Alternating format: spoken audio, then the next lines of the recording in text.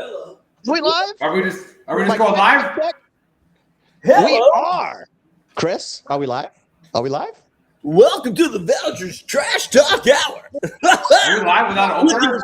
With your boy, Nick, Dave, buddy. You said go live. We're live. Hey, I think we're live. We're live without an opener. I think We're we're good. live. Yeah. What's up? We're There you back. go.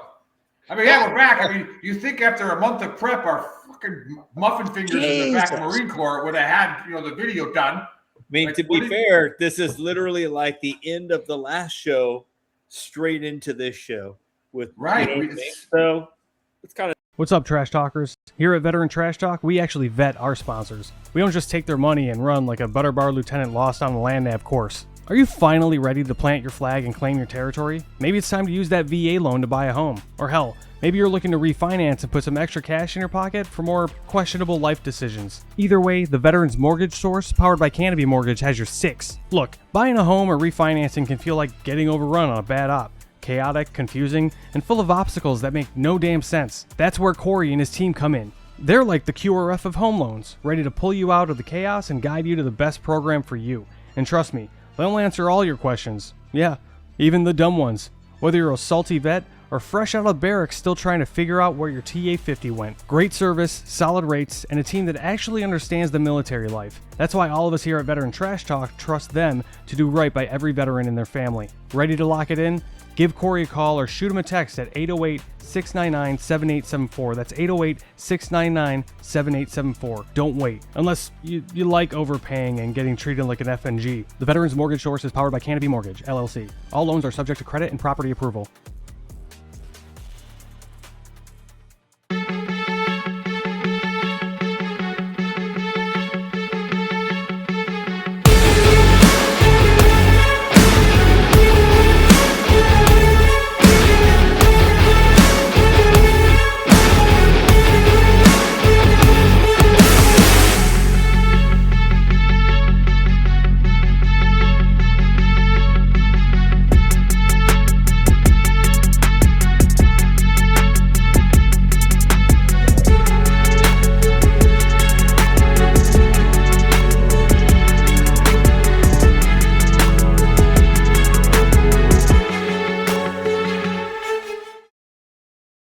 Hey, what's up, Trash Talkers? Listen, it's impossible to fight, okay, if you don't know what you're fighting for. Does that make sense? Like, if you're in the dumps and you're struggling with mental health, things of that nature, it's going to continue tearing you down, all right? Because you're consistently trying to fight something, which is that demon, which is usually something from the past, right? Maybe that why needs to be fighting for your future. Let that be your why. Get the hell up and start fighting for your future. Stop fighting things that happened in the past. Easier said than done, right? Go seek help. It's okay not to be okay. A lot of people need to hear this. You are more of a warrior and a fighter if you stand up and say, hey, this has to stop. I need to go seek help. The stigma, everything has changed. It's okay not to be okay. And so my honesty cap is dedicated to a little, we'll call it a public service announcement for civilians and other people in the military. There are a few people that you should always take their stories with a grain of salt. Vegans, CrossFitters, and special operations guys that tell you that they were special operations without being prompted. The first thing they say is, yeah, I used to be soft. Right. The only unicorn in that entire group is like a special operations guy that was like a vegan and did CrossFit. That guy's probably going to stay quiet for a little bit longer because he's confused as what he should talk about first. That's the only reason. Right. Anybody that says that they were soft without being prompted or without it being like a normal part of your communications is probably either an enabler or going to tell you a bunch of stuff that's not exactly true. What's up, Trash Talkers? What's up, Gruntworks Nation? Big Earl. You heard Dave talk. You heard Buddy talk. Now, Buddy's all about, he is a Green Beret and he's Special Forces and yada, yada, yada. But he will not tell you that unless, He really, really likes it when he's made dinner for you. However, what Veteran Trash Talk does is we bring a lot of light to the veteran community, the first responder community. We promote that what we're doing well, all right, whether we're running for office, we started a business, nonprofit, all those things. Veteran Trash Talk is a super clean page. We got Gruntworks if you want to go there and raise a little hell a little bit.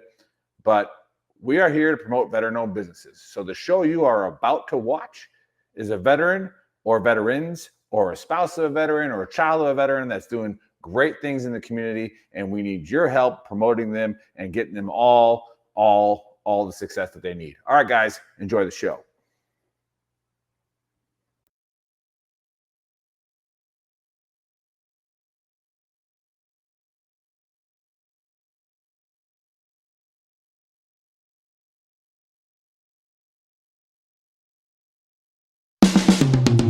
This is the Veteran Trash Talk Hour, hosted by Nick, Dave, and Buddy. Real warriors making fun of other real warriors. Try to not get triggered.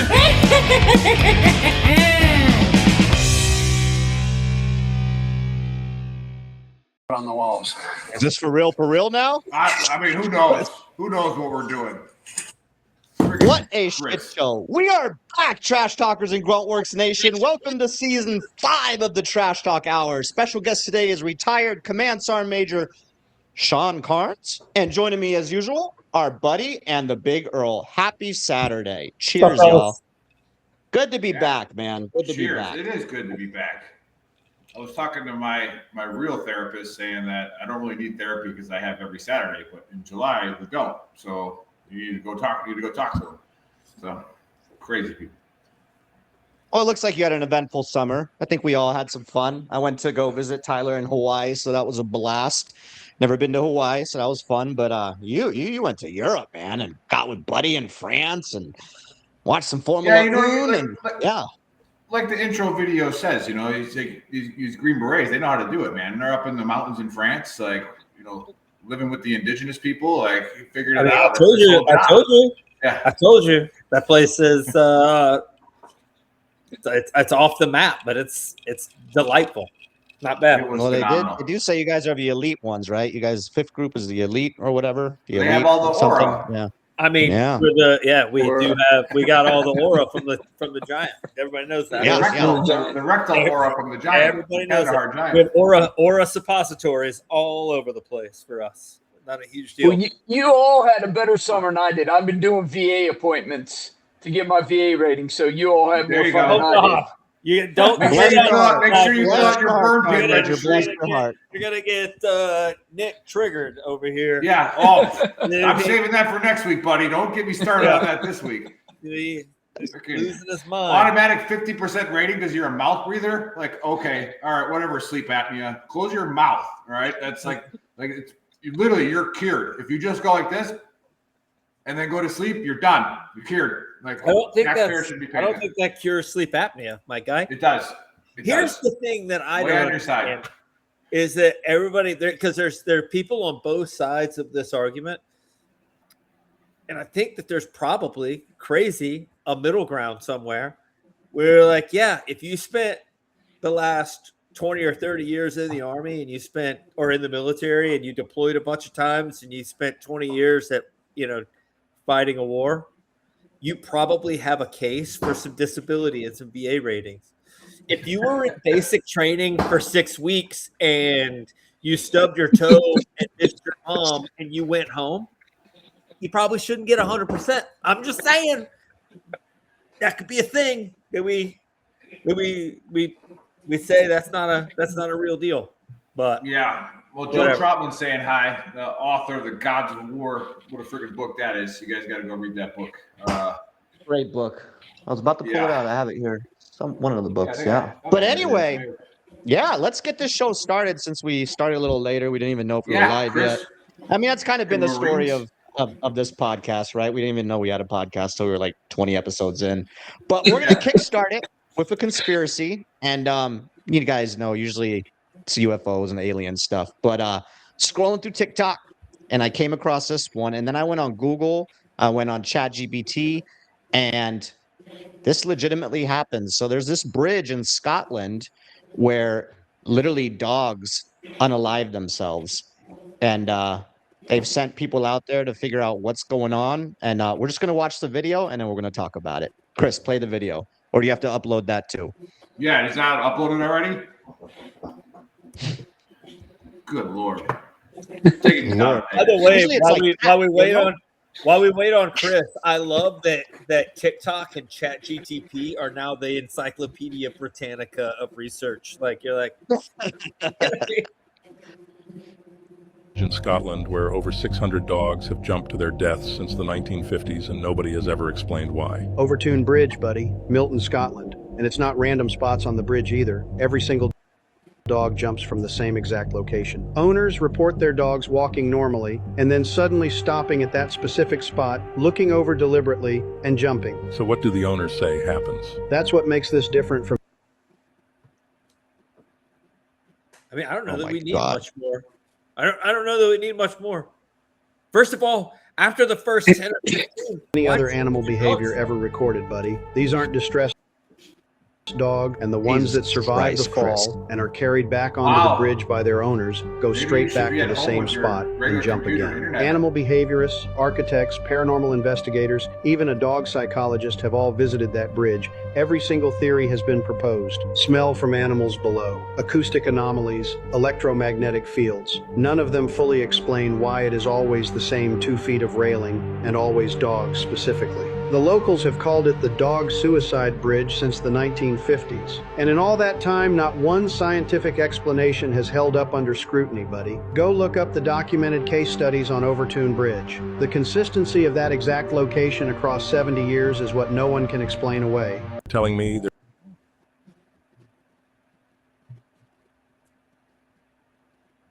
Crushing it. I just want to say that we are AB wise killing it, fellas. Yeah, I don't know what's going on. Chris, I don't know if you could call it that. after this. Can we just was that the actual bridge, and was that people who set up a tripod and then took their dog and their dog jumped off and they were like, Well, obviously, whatever, I'll talk about it, buddy.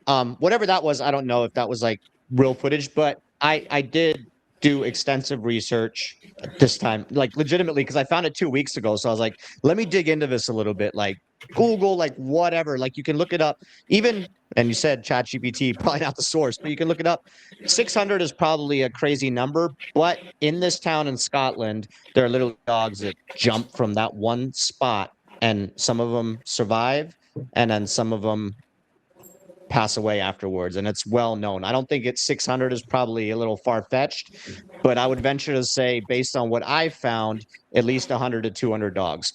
And the question for the group is, what is happening there and why are they jumping off this bridge?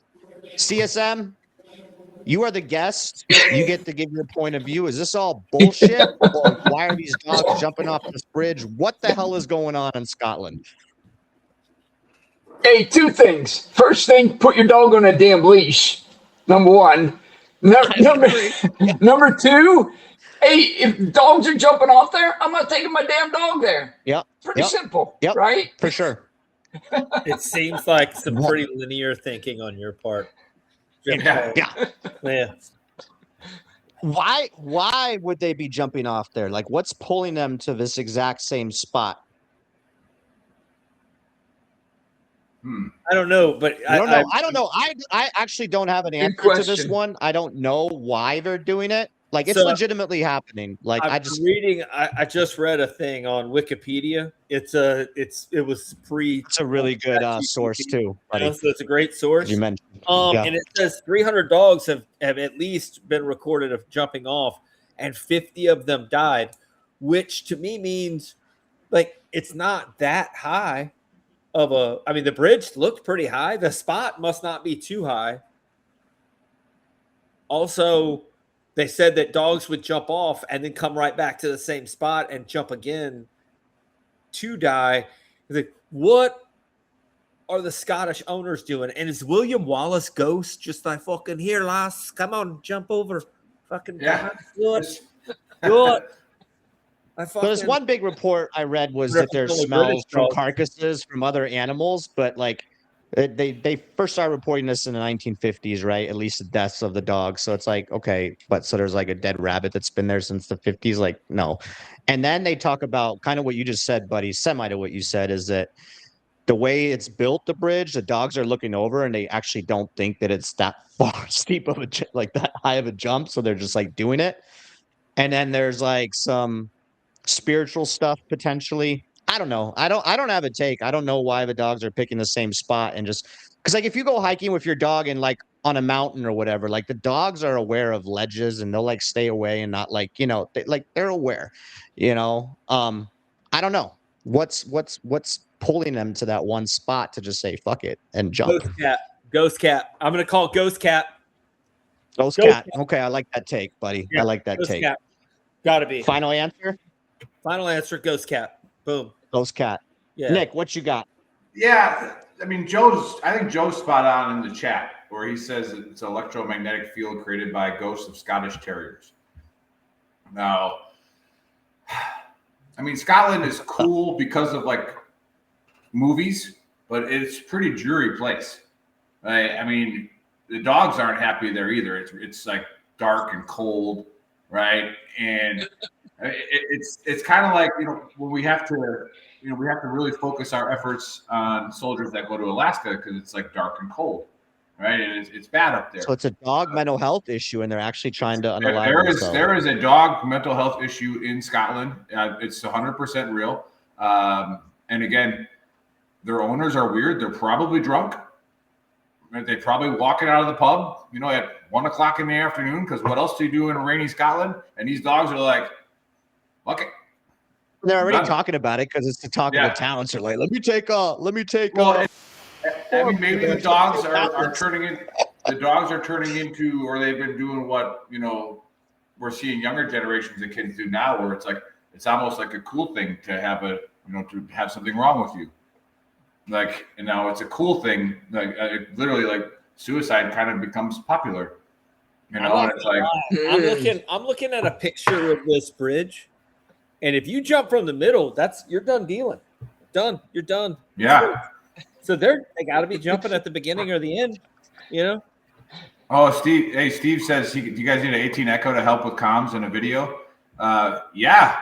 Steve, we might be hiring Veteran Trash Talk. We might be hiring because our Marine communications guy out of Quantico sucks. So the Marine ain't cutting it. I mean, yeah, it is what it is. But okay, so need some crayons. So ghost cat and depressed dogs. Depressed dogs. I'm going with depressed dogs. But there is that weird stuff about, like grounding and metal and stuff like that in the ground. There could be something that, makes them go crazy there, like a dog whistle, like Satan's dog whistle. Ooh, I like that. Because they're literally picking the same spot. It's not like it's literally the same spot. It's a troll. There's a troll under there blowing a dog whistle. I just figured it out. There it is. Figured it out. I got it. I harnessed my inner Fauci, and because they said there's no science can't explain this, so I harnessed it, and it's thought about it some more. But yeah, why didn't I think about that? Whistle. Of course, it was a troll. Science. It's a troll. Science. Yeah. So yeah. Hey, so here's what I said. Two things.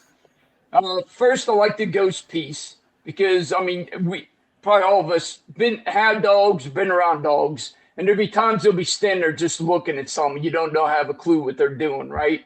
So it might be, I would like to know if they're all male or female dogs. Because if it's a female dog in heat and they see a ghost and they want to go after it, going after that female dog. If it's a female dog and it's falling off the bridge, everybody knows bitches be tripping. You know what I mean? Maybe they just... Because get it, female dog. I'm just saying. Sometimes I do. And the second point, so it goes back to the suicide thing. So they say in the younger generation that they want to go out of this world on their own, right? How they don't want to wait until they're 90 years old. So some of them commit suicide because they want to go out on their own and how they want to go out, right? So the dog might be the same way. He's like, hey, I don't want to be in Scotland anymore. This dreary bullshit. Guess what? I'm jumping off the bridge. I'm going out on my own. Peace out. yeah. So that's my team. And you know I like that. You know those people that have terriers. Even if they've got like seasonal depression, a year for a dog is 7 years of depression. 7 years In that's 1 year. Long. That's a long ass season. You know what I mean?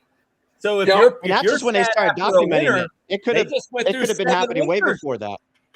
They Yeah. just went through 7 I winters. mean, we've talked about this before too. If it is the Joe Troutman saying the Scottish Terriers, you know, those dogs are little assholes, man. You know, like, so yeah, there could be a bunch. There could be a bunch under there, trolls. You know, they're just a little gang of terriers. You know, getting them all to jump. I like over. our takes today. I You like mean, it. I like it. You mean some terrierist? Terror. I was thinking the same thing. Terror. Oh my god! Terrorists. Yeah. Dog If you're terrierist. watching this right now in the chat, just tell us what you think it is, because I think, well, I don't know. I like the cat. Yeah. The ghost cat. I think that's really it's also standing on that same position all the time. I like that, and it lures it. But the trolls is good too. I don't know. I'm stumped on this one. So Yeah. Where's Boyd when we need a troll expert? Yeah, true. So. anyhow, that was my conspiracy for today. I thought it was a fun one. That was a good one. Yeah, it's a good one. It's something we got to break it That down. was a very good one. Next week we'll cover circumcised dildos. Yeah. What you got for us, buddy, before we get to our guest? All right, before Chris rolls the video that I prepared If he for can. this honesty cap, because I have see if it prepared a rolls. video for this honesty cap. I'd just like to say we have been gone for a month. A lot of things have happened. One of the larger things that happened before we ended the show, and it's just ended a couple weeks ago, was the World Cup in the United States, and phenomenal success, huge success. Everybody loved having the world here. The world loved being here. They loved our food. We loved the little rows and the cheers. But there is subculture that we shouldn't go down that rabbit hole. Chris, roll the video. Roll the video on me. Ooh, that was lead in. Oh, here we go. Anytime, Chris. What is happening?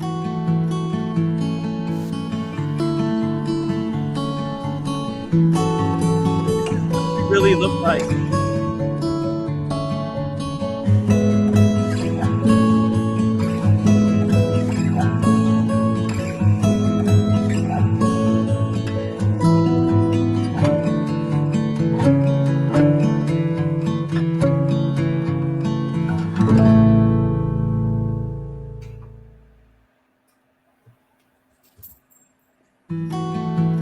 Just one time is fine. Just one time is fine.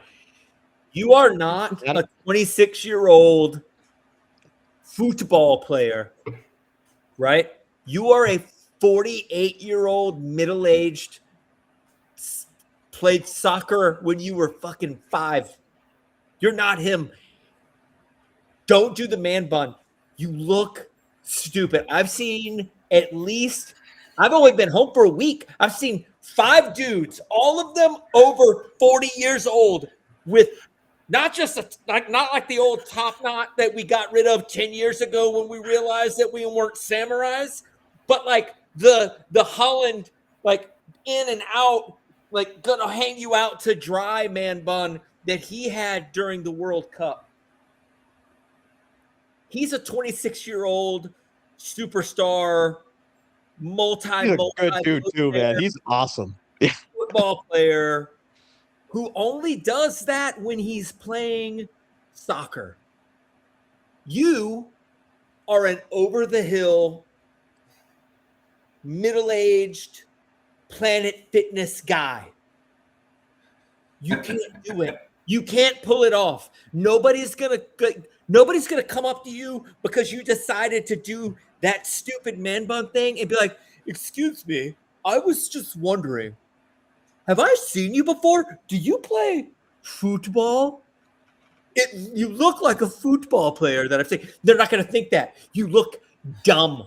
You look stupid. Stop doing it. Please nip this in the bud. This is like guy talk. This is for all the guys. Don't do it. You're not cool. It doesn't look cool. It looks ridiculous. And again, you're not him. You're not going to, nobody's going to think you're him. Nobody's going to think that you accidentally were up for the Golden Boot Award in the fucking World Cup because you've got a weird man bun. Nope, it's not going to happen. Stop it. Stop it. It's silly. I want to take a rolled up newspaper and pop people in the nose every time I see them. No, not allowed. Anyway, that's my honesty, Cap. Get a haircut, hippies. Yeah, this you've mentioned this before, so this obviously has reopened, something dark in your past. It had gone away. It had gone away. You're right. Some psychological going on there. Yeah, I think maybe the top knot thing a while ago, like 10 years ago. Oh, PTSD. Yeah. See, Ranger gets it. Yeah, I think Buddy's has some trauma. That maybe he received some aura from somebody with a man bun, and like, how do you think you hung him up to get his aura? Yeah, it is. Yeah, that's troubling. Yeah. Have you guys seen it? Am I the only one that's seen it? Is it only a Clarksville, Tennessee type situation? Yeah, I think it's a Tennessee thing because I have not noticed that here. I don't think so. I've only noticed it since I've been back, and I've been like, "This is insane. How is this happening?" I saw it in the Atlanta airport. No, it is a good point that now you're looking for it. Like that. Maybe it's been there the whole time, but now you're like hyper fixated on it, so you see it more. Look around this week. You're gonna see. All right, I'm gonna look around this week. I'm gonna look for it. Yeah. And we'll report back to you next Saturday on the show, and we can close this thing out and see if it's actually. I agree with Buddy's point though. Like that guy puts his hair up like that to play. To play, absolutely. Yeah. Yes. Mm-hmm. And then when he's not playing, it's down, and he's like a model or whatever. Like he's a Norwegian god. Dude's a big dude too. Yeah. That's a big dude. Yeah. That's the other thing too. Size does matter. Like if you want to put on a stupid shirt and you're a big dude, you're funny because nobody's going to make fun of you because you're a big guy. Very true. But you put on a stupid shirt and you're like 5'5", like you're probably going to get beat up. You're going to get shoved in a locker. Like, maybe he is getting shoved in the locker, and that's why he does it. I mean, he's a big guy. No, I don't think he is a big guy. If you try to shove him in a locker, there's a chance he'd kick your head off. Like he kicks hard. Although he is a soccer player, if you touch him, he'll just fall over. True. We're not even roll around. Gates to this debate now. Yeah, well, it is. Yeah, the World Cup. I do. I was a big fan of the Japanese team, right? Where, I mean, obviously we all knew that they cleaned up the stadium already. That's kind of a new thing. That's not a new thing. They're always a fan, stick around and clean up the whole stadium. If you go back and watch the games, because they have honor and self-respect and discipline, they don't flop. Like the Japanese players don't play that. They don't. Yeah, they're pretty. Yep. And their little man bun is because they actually were samurais. Yeah. That doesn't count. That's not cultural appropriation. I don't like it. Yeah. Man buns and Hawaiian shirts are all over Fayetteville. Probably a bunch of third group guys. I told you. Yeah, probably a bunch of third group guys. No. Yeah, for sure. You guys, third group is definitely rocking the man. That's some different type shit right there. That's not even. Yeah. Thanks, Ben. Third group wouldn't do that. Yeah. No, that is real. SWIC students, maybe. Oh, man. Yeah. Anyhow, man buns, they trigger me. What a shit show today. I mean, the audio, the videos didn't play correctly. Like, mine did. But fine. We have an amazing guest, and I think Nick's going to introduce our guest, and we're going to get into some real leadership stuff and figure out what's going on. I had the privilege of getting connected with Sergeant Major Carns through Bill Pearson, who does our fight shows. He was at Fort Lewis, and we got connected and trying to do some great work in the prevention world. And so started following him on Facebook, and he does a lot of really, really awesome videos, inspirational videos, talking to the soldiers, reaching them where they're at. I think you did it. We'll let you talk about that. But yeah, you had a pretty awesome career, and you ended at the Combined Arms Center, and now you're doing. Now you went straight political, huh? I think you went. Now you're the Chamber of Commerce. You're doing all the good stuff for the community, and so I'm excited to have you on the show because I want to hear how your transition has went, what you're doing now, and how all that stuff molded and shaped you and what you're doing now. So welcome to the Trash Talk Hour. Welcome. Yeah. So, it's a privilege to be on the Trash Talk show. I love it. Me and Nick, we met when I was the first Corps Command Sergeant Major, dealing with some goggles and sharp stuff and everything like that. And he, doing good stuff and continue to improve on the goggles. And we appreciate, Nick, everything you're doing with that. 34 years in the military, great career. Finished it off at Combined. So it's the Combined Arms Command now. They switched it. It's not Combined Arms Center. They switched it to Combined Arms Command now. So finished off my career there. And, just everything kind of worked out well. That the president and CEO of Leavenworth and Lansing, Kansas, Chamber of Commerce kind of opened up. And a friend of mine who knew about the job opened up said, "Hey, won't you apply for it?" I said, "Yeah, okay."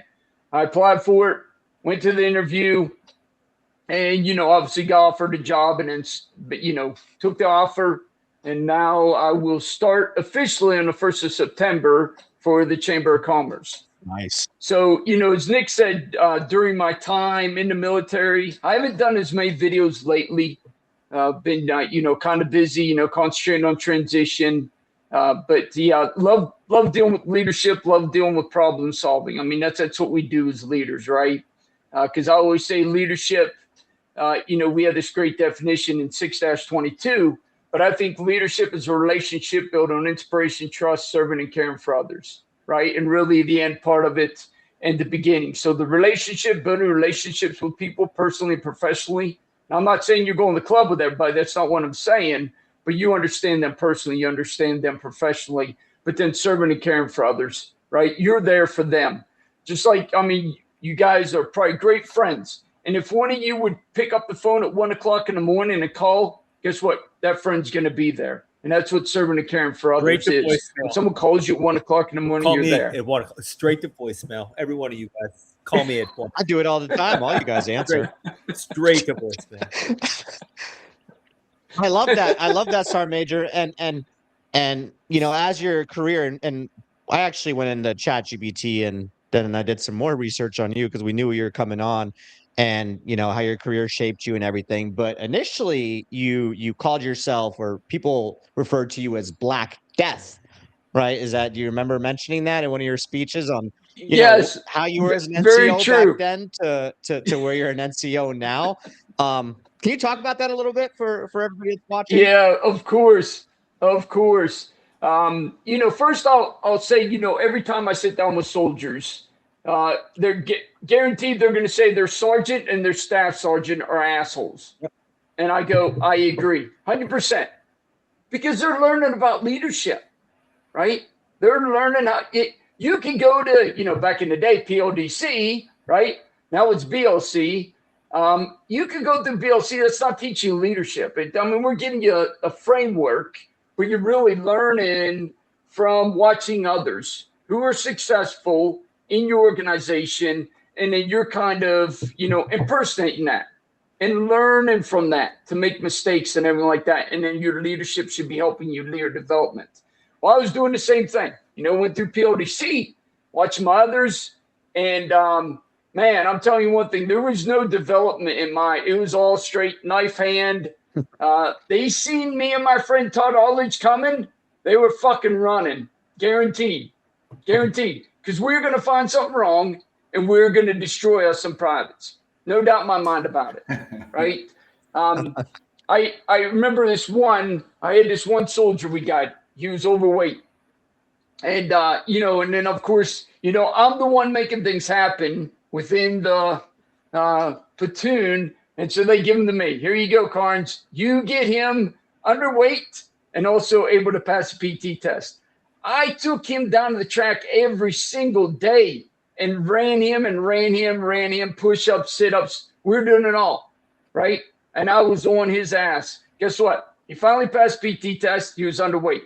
I might not necessarily done it right because I was on his ass every single minute of the day. But guess what? I did it with him, right? And I look back on that and I thought about it. I was like, well, I was down there with him. And I was running with him. I was doing push-ups with him. I was doing sit-ups with him.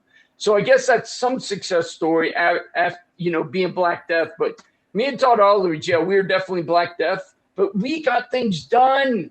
I'm telling you one thing. If Sergeant Major needed something, he was coming to me and Todd Aldridge because we were making shit happen. We might not necessarily make it happen the right way, but we were making things happen in the organization. I think that's one thing, though, that we forget as we become senior NCOs.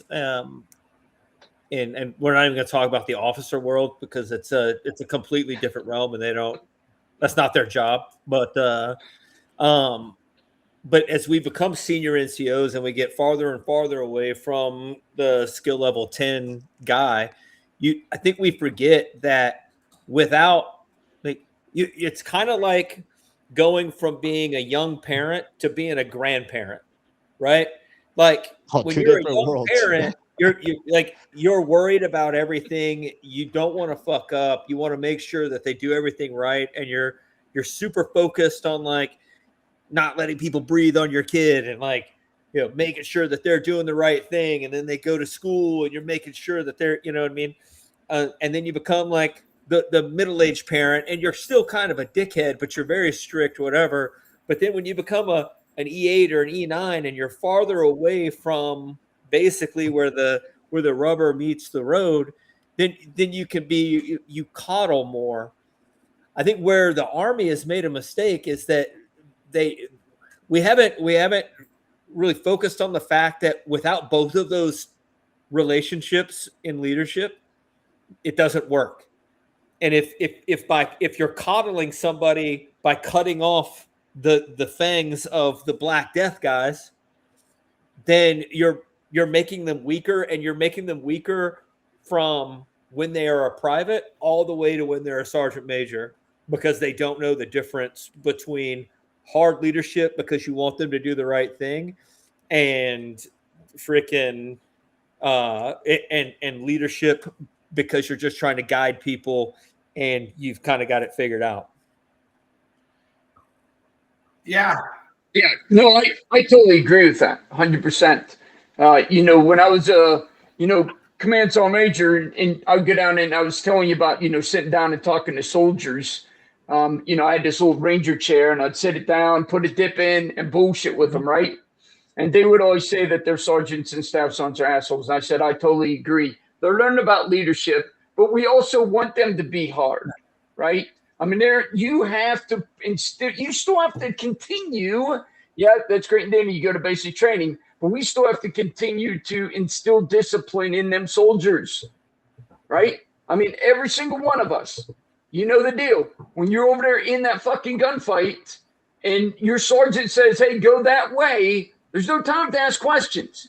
My sergeant said, go that way. We're going that way. It's that simple, right? You don't have time for that. And that's where that sergeant has to be a little bit hard, because in the battle, he's definitely going to be hard. I mean, we probably all were.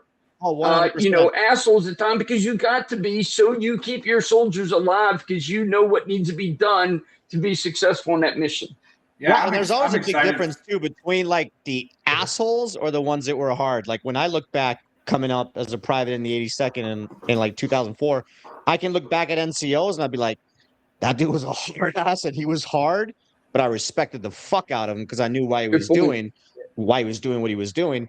And then that guy was just a straight up fucking asshole and a dipshit. And I could, there are differences. There's a difference between the ones that because you could tell the ones that are being a dickhead because they were bullied in school and they've got a little bit of power. Just to be a dickhead, the ones that are being dickheads because they're dickheads, and like I said, or because they're trying to get you to do the right thing. And that was the one thing that I realized as I matured. And that's motivation, right? Making others do what you know must be done. Want to do what you know. One thing that I learned as I matured in my leadership style myself was like, if I'm and I noticed this even when I was an E8 in 5th group, right? And we would get these commanders or leaders that would come in and they wanted to be like your bro, and they would be like, hey brother, what's up, and this, that, and the other. It's like, I've got plenty of fucking friends. I don't need fucking friends. I need a person to tell me what they want me to do so that I can execute. I don't need to fucking drink beer with you. I don't need to have a fucking shot with you. I need purpose and direction, and then I'll take care of the rest. Don't. And what I realized is this fucking.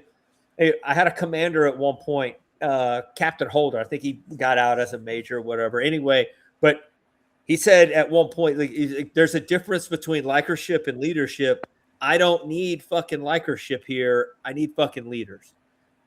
Like, you don't need for your fucking subordinates to fucking, they shouldn't fear you because you're an asshole. They should respect you, but they don't need to be your fucking That's bro. exactly where it's at. Like, I don't need to be homies. I mean, we can be, but at the end of the day, if you fuck up, I'm still gonna bitch at you, and then we can. It's respect, though, right? Because Yeah. like I retired out of USAREC. I was in recruiting, and I know when like my station commanders would call me on a Sunday because we got to fucking cancel a shipper for a Monday. It wasn't because they were scared of my reaction. Like, they would call me and they felt like they let me down. And I feel like that's the biggest sign in a leader, when like your soldiers are not afraid that you're just gonna fucking destroy them. Like, other first sergeants, like, oh, he's just gonna fuck me up and that's it. No, they actually genuinely felt like they let me down. I feel like that is the biggest, that if you can serve as a leader that way, where your soldiers aren't scared of just you yelling at them and just being a dick to them, where your soldiers feel like, well, fuck, I'm going to let him down. And to me, honest, that's like the most important. important. I feel like that's another thing. And that's a thing that you learn in that middle area between being like a dickhead or Black Death, if you will. 100%. The middle area. And then you got the senior grandpa, like, I want to coddle these little guys because I remember when I was a private. Man, they're fucking anyway. But there's that middle area and that's the area where you learn that, one soldier might need for you to fucking knife hand him daily so that he ties his shoes right. Everybody's different. Soldier 100%. just needs you to say, man, Good point. like, you can just give him a look and be like, bro, nah. Don't do Why that. haven't you showered in 4 days, motherfucker? And it's the worst for them. Another one, you might have to fucking call his mama and be like, hey, your son's a piece of shit. 1,000%, buddy. You know 1,000%. But that's the art. That's where a good leader comes in, though. Yeah. It's like how to tailor your leadership to the audience, as opposed to every nail needs a hammer, so I'm gonna hammer it, and not every nail needs a pillow to fucking rest its fucking sleepy little head. I mean, I made that during one of my trigger moments was, on LinkedIn. So let's get back to Sergeant Major Carns here. On LinkedIn, I can't stand when somebody says I'm a transformational leader. I'm like, is that all you are? Because what if I don't want to transform something? Right? Then I don't need you. And that's kind of going with like what Buddy said. It's like, you have to read the room, and then you learn by the mistakes like you talked about. And quickly, I used that same analogy with some of my soldiers going, look, when I became a squad leader, this was after the surge, and they lowered all the recruitment standards. In my squad, I had like 2 guys doing ecstasy, 1 running girls through the barracks, right? They shouldn't have been in the Army. And like, I'm sitting here like, I was going nuclear every day. Like, I'm like, it's like, it was getting pretty crazy. And then like, I talked to some of those good soldiers who are actually still in, the ones that were solid in the platoon. They're like, we were terrified of you guys. And it's like, bro, like we going to work on, uh-oh. Well, and that's the art, weekend just ruined because you think that phone's gonna ring every 5 minutes. All right. Yeah, but that's the art too, is knowing when you need to get their peers involved in shaping their behavior, And in the military, that's how you do it. And like you were talking about, like the transformational leadership. The issue with transformational leadership for me is that if you define yourself as a transformational leadership, you have to transform something. If it's not broken, you still got to change it. Yeah. Why? But so then I want to go to the question here for Sergeant Major. Like, now that you've transitioned and now you're finding a different way to serve, which is serving your community, which is awesome. What aspects, 34 years is an awesome long time. What have you carried over to your new civilian life or is there anything that you actually got rid of or that you tailored? Like what strengths and weaknesses do you think that 34 years did and found in you?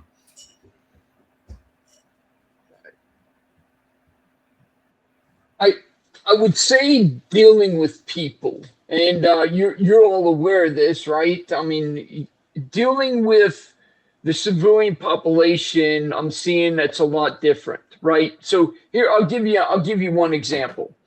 We are all taught that, hey, if there's a problem come down, you're either taking action to solve it, or you took action and you ran into some roadblocks that you cannot get over. Then you go see the next leadership, right? What I'm learning in the civilian world is their leadership's not like that. They'd love to come to you. Here's the problem. I want you to solve it. And I'm like, okay, what have you done to solve this? Well, I'm bringing it to you to solve, right? So being patient, and believe me, it is not easy at times. I'm like, seriously, you're bringing this to me. What have you done to try to fix it? So my patience, right? I don't think I've ever been the greatest at patience, and I don't know anybody that is.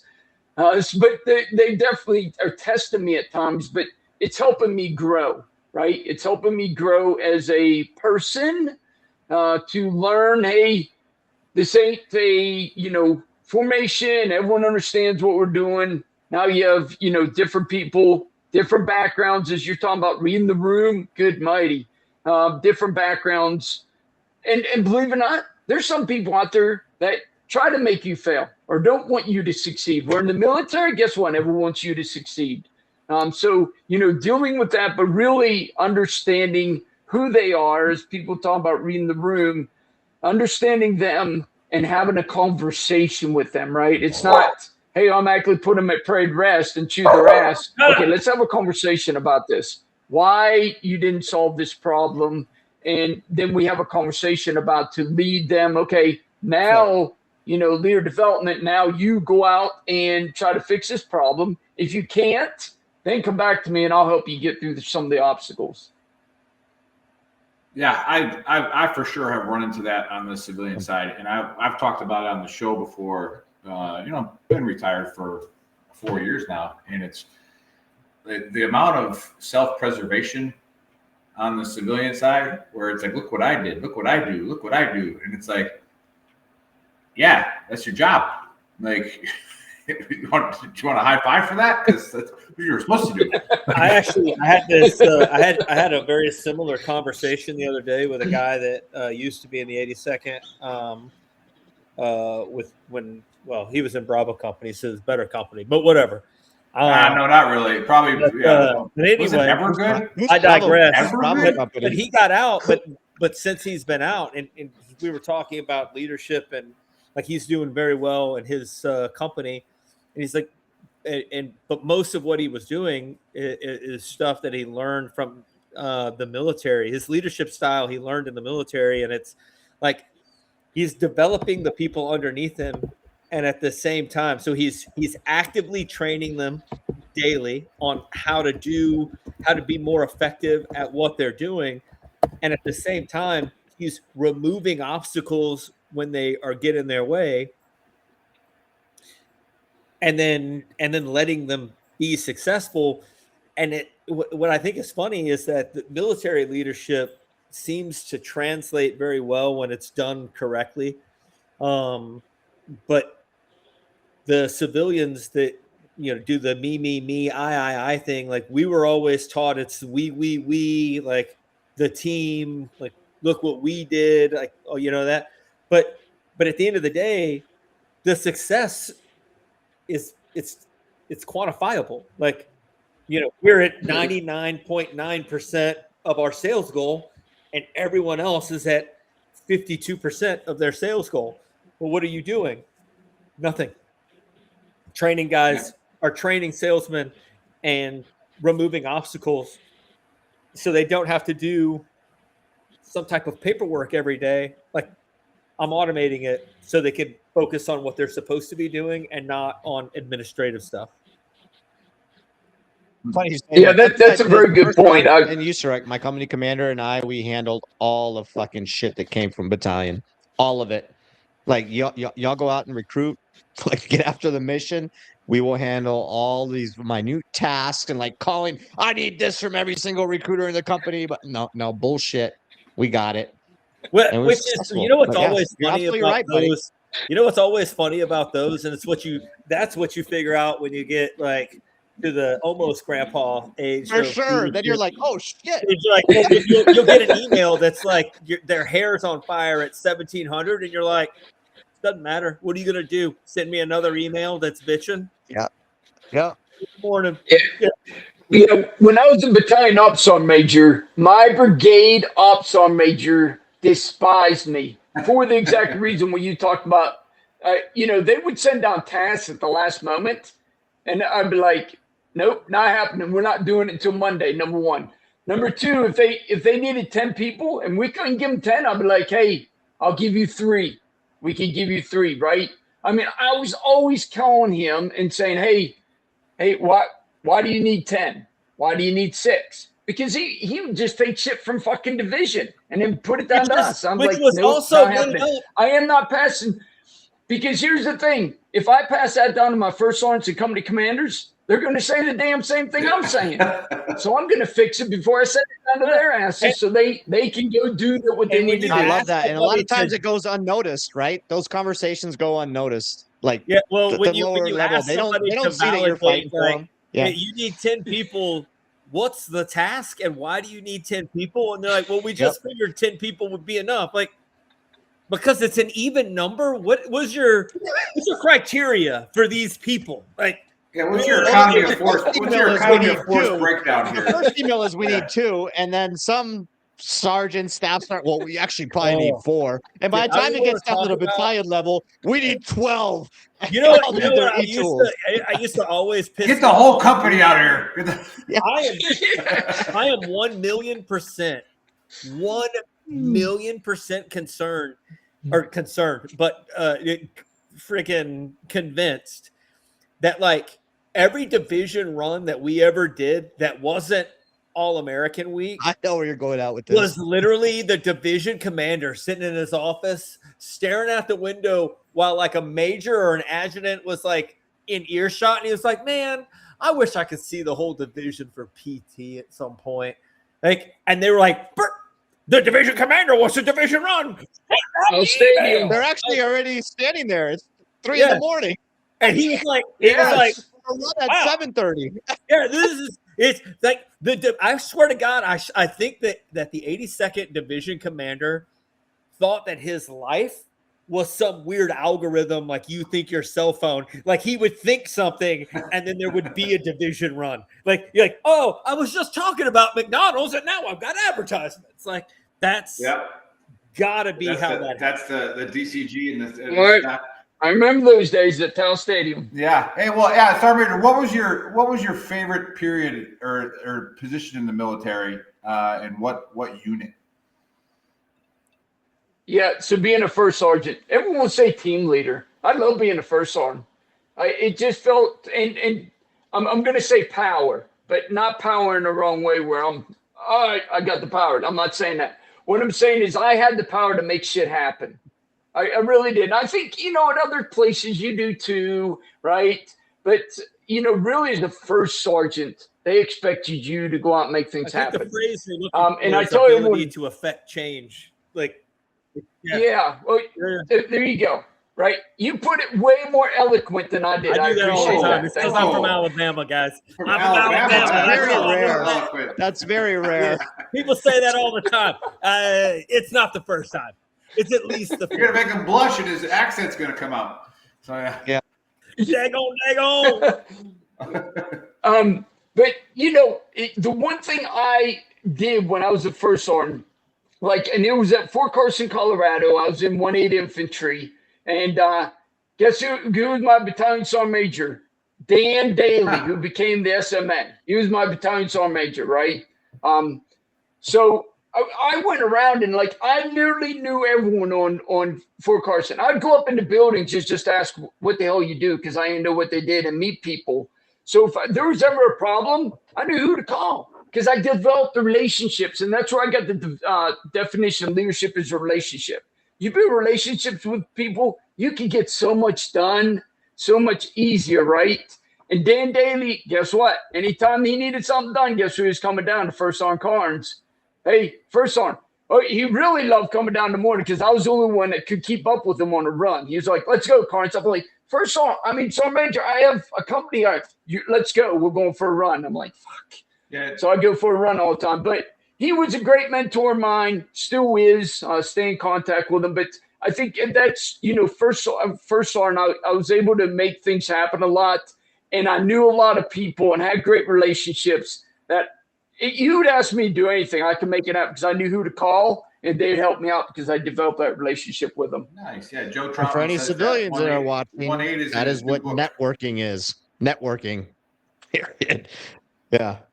Sorry about Joe that. Trotman said 1/8 is in his new book. I don't know if I came through on that one. So he's going to be talking about 1/8 in his next book. It's pretty legit. Awesome. Do you know Joe Trotman? Have you followed him on LinkedIn? I have not. I guess I asked. Yeah, I'll get you connected with him. Okay. Phenomenal. No, I appreciate that. Phenomenal Great author. book. Great came book. on the show, so it's pretty sweet. Yeah, I'm like I said, I'm super pumped to have you on the show just because of all the experience that you have and that you've done it. Everybody I've talked to, because I said once you're networking and you're in this space, everybody that said, "Oh, Sergeant Major Carns is there," and I'm gonna boost your ego a little bit. Everybody always had something really great to say about you. And again, people say the same thing about Buddy, but I know a lot of people will say some different things about other people. But again, everything was always positive. Talk about what was the hardest thing when you finally pressed that button to retire? What was the hardest thing for you about leaving the military after 34 years? I would say, the military has become a family to me.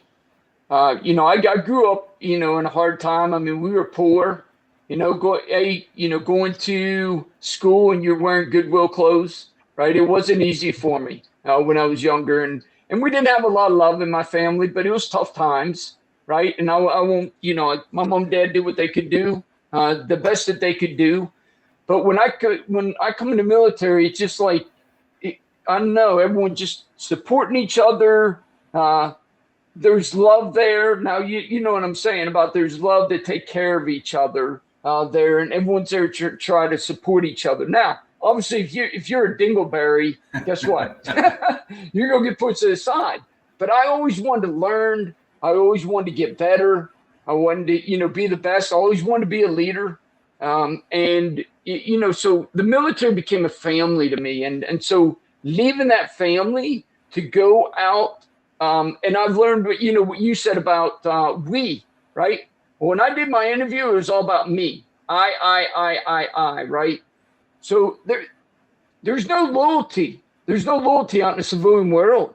I mean, they'll fire you in a heartbeat. I know friends who, had a good job, and guess what? They come the next day, guess what? You're fired. We don't have this position anymore. Bye. There's no loyalty. We're in the military. You have that family. You have that loyalty. So that is, I miss it.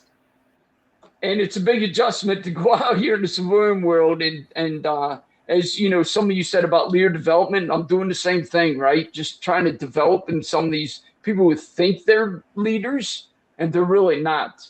They maybe somehow or another they're doing okay, but they need some help with leadership. But I miss the family and the loyalty of the military. I do like the structure of the military also. I'm a structure person, right? I like to be structured. I like to know what I'm doing. That's all I loved about Fort Bragg, North Carolina, right? Once you put that shit on the training schedule there, we were doing it, right? And we did some damn hard stuff training. But, hey, when we got done, we're like, damn, we accomplished some shit. So that's what I miss from the military. But, I'm enjoying my time, going into this new position and helping out the community and help bringing revenue into our small businesses. And then also some economic development, bringing small businesses into the Leavenworth and Lansing area. Very nice. Yeah. So what is next in the area? Oh, go ahead, Dave. No, go ahead. Well, I actually had a follow-up to that. Now that you are retired, now let Nick can close it out with that question. But now that you are officially retired, what is one thing that you would like to say about the Army that you may have not been able to say when you were still in? Uh-oh. Whatever it may be. There was just one guy. Yeah.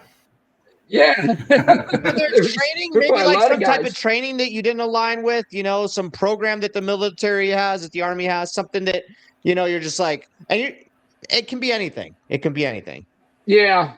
I wouldn't say too much. I mean, I think because when we were in the military, I mean, we had all this mandatory training. Yep. The military has done a great job of getting rid of a lot of that mandatory training.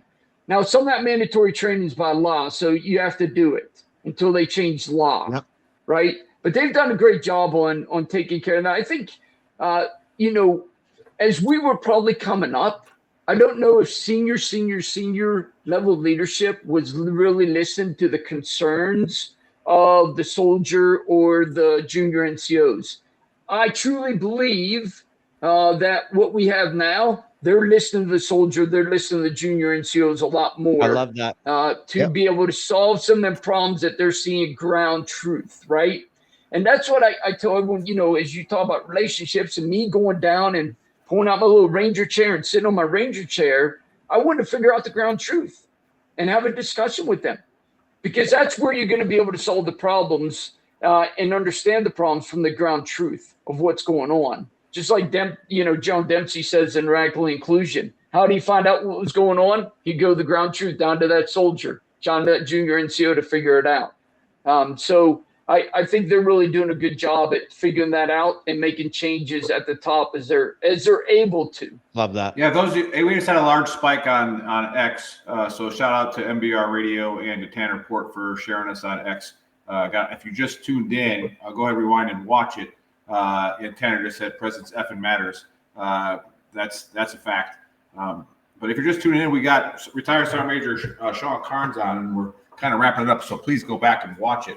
But he's talking about his experiences, his leadership, and we were all just really excited that when he finally retired to get him on. I'll kind of go on Dave's thing. I found out something when I started working, and selling to the government, was how corrupt the procurement process is. That is something that I did not know about when I was in, and I never got to a level where I would know about it. But when I'm sitting there in a room talking to somebody about something, I'm like, you're going to do what? Like, that has to go through where? You're like, no, that can't be right. Like, that's not how we do things. But yeah, I know that Secretary of the Army is doing his best to get that changed. And I get it. Everybody wants to get political, but they really are trying to make it easier to streamline and get things for the warfighter. But yeah, what I was going to ask is, well, last question, stops mission. Yeah. What's next for Leavenworth area? What is a project that maybe we can follow or help with or advertise for you? What's something that you're really going to put all your eggs in the basket for? What are you going to rock and roll with?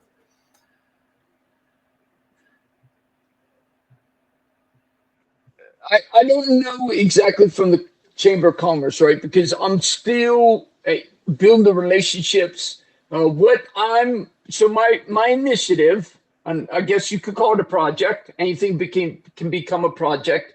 So my initiative is what I'm calling boots on the bricks.